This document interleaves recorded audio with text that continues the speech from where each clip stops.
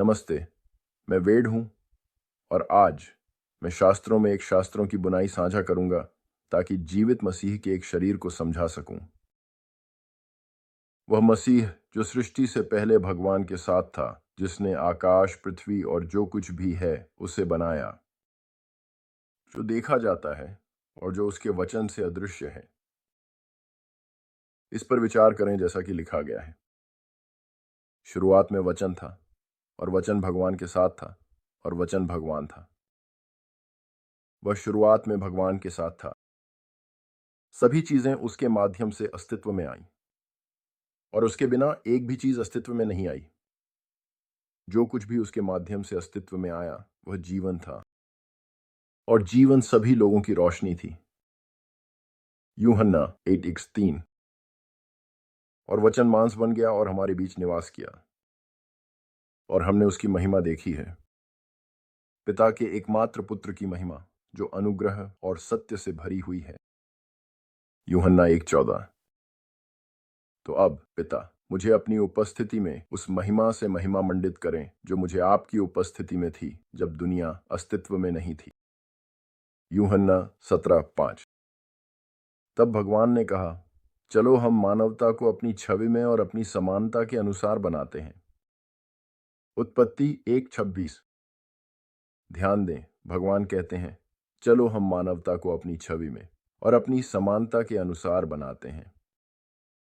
ये भगवान पिता हैं जो अपने पुत्र यीशु से बात कर रहे हैं। लेकिन मैं चाहता हूं कि आप समझें कि मसीह हर आदमी का सिर है और पति अपनी पत्नी का सिर है और भगवान मसीह का सिर है। 1 कुरिन्थियों 11:3। ये शास्त्र श्रोता को यह बताता है कि एक दिव्य व्यवस्था है और वह व्यवस्था है कि भगवान मसीह का सिर है और मसीह आदमी और आदमी में महिला का सिर है। यह गहरा है क्योंकि यह दिखाता है कि कैसे दिव्य एक ही शरीर में भगवान और मनुष्य के बीच परस्पर क्रिया करता है, उन्हें एक शरीर में एकीकृत करता है। शरीर आत्मा को एकीकृत करने वाले शास्त्र पर विचार करें जैसा कि लिखा गया है। एक शरीर है और एक आत्मा है, जैसे आपको आपकी बुलाहट की एक ही आशा के लिए बुलाया गया। एक फैफर, एक बपतिस्मा, एक भगवान और सभी का पिता, जो सबके ऊपर है और सबके माध्यम से है और सब में है। इफिसियों 4:4-6। इस शब्द का सारांश यह है कि यह स्पष्ट करता है, एक शरीर है, एक आत्मा है, एक भगवान है, सभी का पिता जो सबके ऊपर है, सभी के माध्यम से और सब में, और यह कि एक प्रभु है, एक विश्वास है। एक बार फिर जीते जागते भगवान के एक शरीर को मसीह के माध्यम से एकीकृत करना। भगवान सृष्टिकर्ता के एकीकृत शरीर पर विचार करें और मसीह, जिसे उसने सभी अधिकार दिए हैं, वह मानवता के साथ एकीकृत होता है और भगवान के वचन के माध्यम से, जैसा कि लिखा गया है। इस कारण एक आदमी अपने पिता और माता को छोड़कर अपनी पत्नी के साथ जुड़ जाएगा और दोनों एक शरीर बन जाएंगे। इसलिए वे अब दो नहीं हैं बल्कि एक शरीर हैं। मरकुस 10:7-8। जैसे एक युवा पुरुष एक युवा महिला से शादी करता है, वैसे ही तुम्हारा निर्माता तुमसे शादी करेगा। यशायाह 22:5। यीशु ने उनसे कहा, जब तक दूल्हा उनके साथ है, शादी के मेहमान उपवास नहीं कर सकते। क्या वे जब तक उनके साथ दूल्हा है, वे उपवास नहीं कर सकते? मरकुस 2:19। आत्मा और दुल्हन कहती हैं, आओ, और जो कोई सुनता है वह कहे, आओ, और जो कोई प्यासा है वह आए। जो कोई चाहे वह जीवन के पानी को उपहार के रूप में ले सकता है। प्रकाशित वाक्य 22:17। तो हम यहां देख सकते हैं कि यीशु विश्वासियों के दूल्हा हैं और विश्वास करने वाला दुल्हन है, जो यीशु में विश्वास करने वाले को एक शरीर में बनाता है, एक आत्मा। और पूर्ववर्ती शास्त्र यह समझाता है कि यीशु आदमी का सिर है, महिला आदमी में है और भगवान यीशु का सिर है। यह जीवित मसीह का दिव्य एक शरीर है जो मनुष्य में है।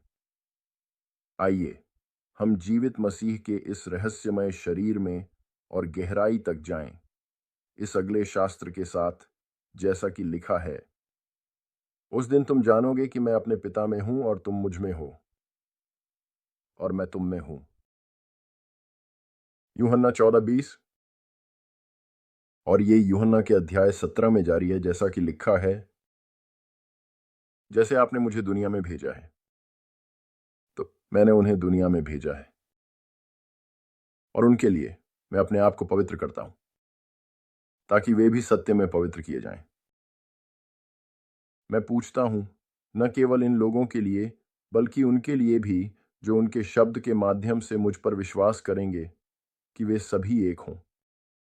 जैसे आप पिता मुझ में हैं और मैं आप में हूं, वैसे ही वे भी हम में हों, ताकि दुनिया विश्वास करे कि आपने मुझे भेजा है।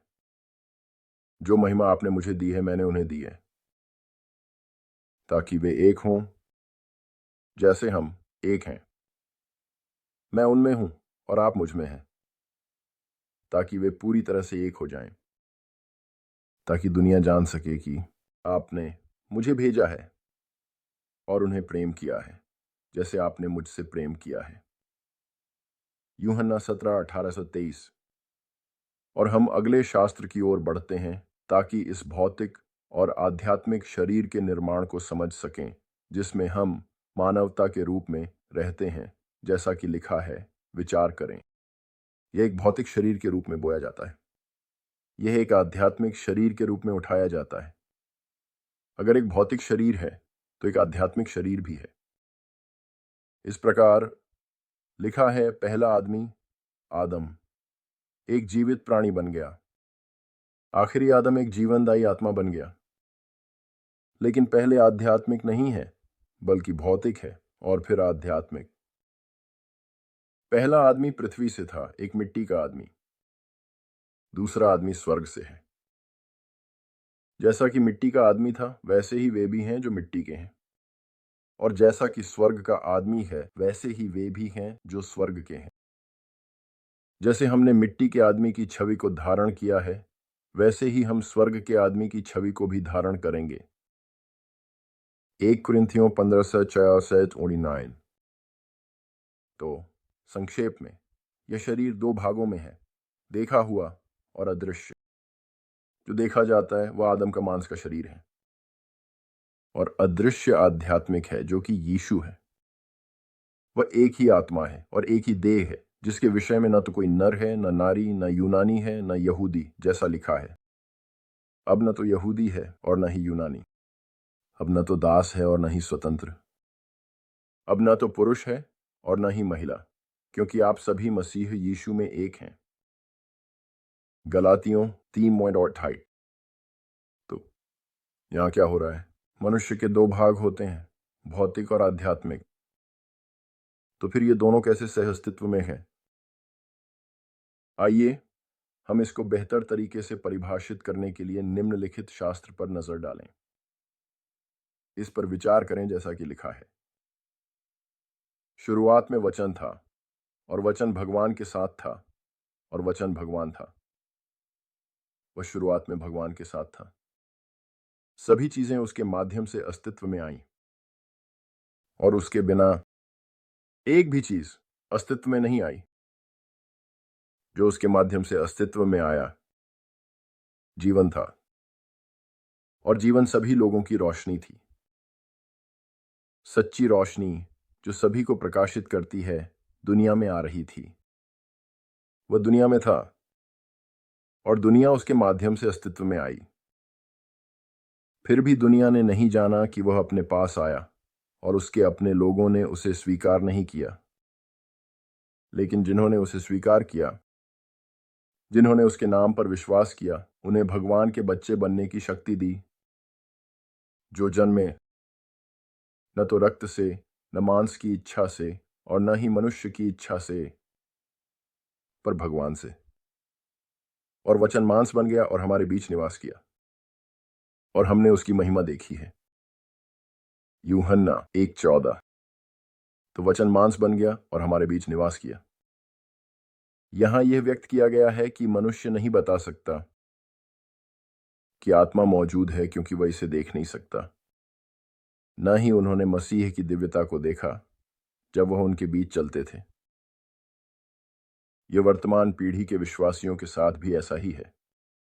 हम मांस को देखते हैं, लेकिन हम उस आत्मा को नहीं देख सकते जो हमें सभी को मसीह के एक जीवित शरीर में एकजुट करती है। यही वह जगह है जहां हम विश्वास से चलते हैं और दृष्टि से नहीं, जैसा कि 2 कुरिन्थियों 5:7 में लिखा है।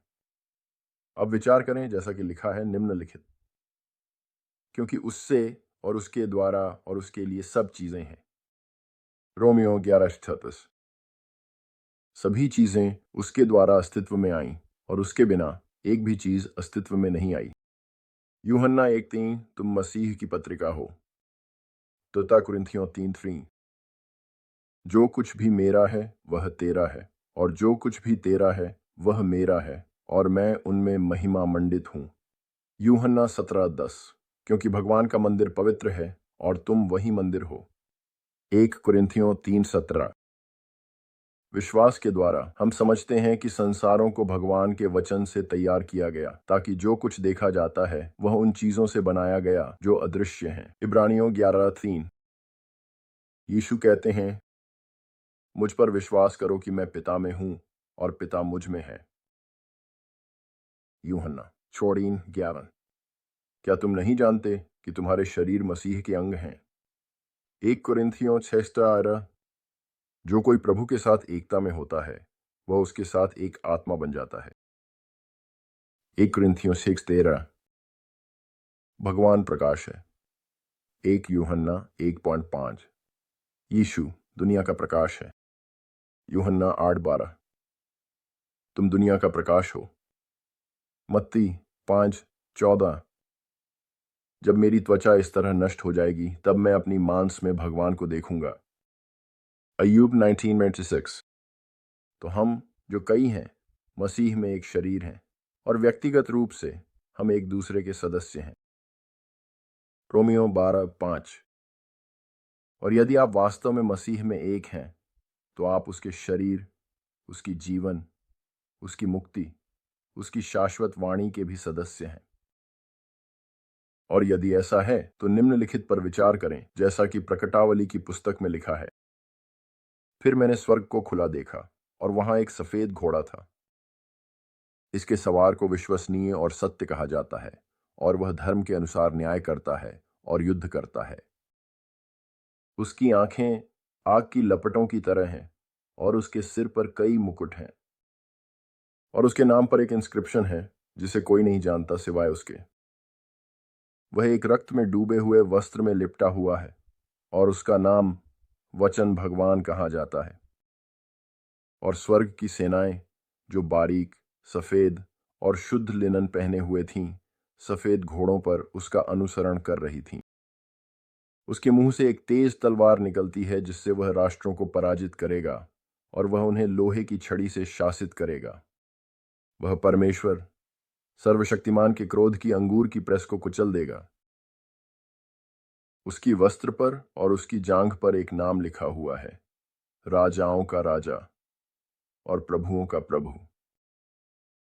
प्रकाशित वाक्य 19:11-16 अंत में विचार करें, वह कौन है जो घोड़े का सवार है, जो विश्वसनीय और सत्य है और धर्म के अनुसार है। हमें उम्मीद है कि आपको ये वीडियो पसंद आया। कृपया हमारे चैनल को लाइक करें और आगामी वीडियो और सामग्री के लिए फॉलो करें। आपकी यात्रा पर आशीर्वाद।